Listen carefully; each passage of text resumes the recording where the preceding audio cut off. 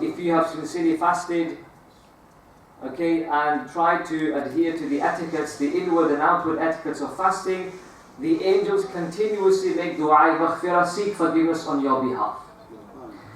And then the Prophet ﷺ said,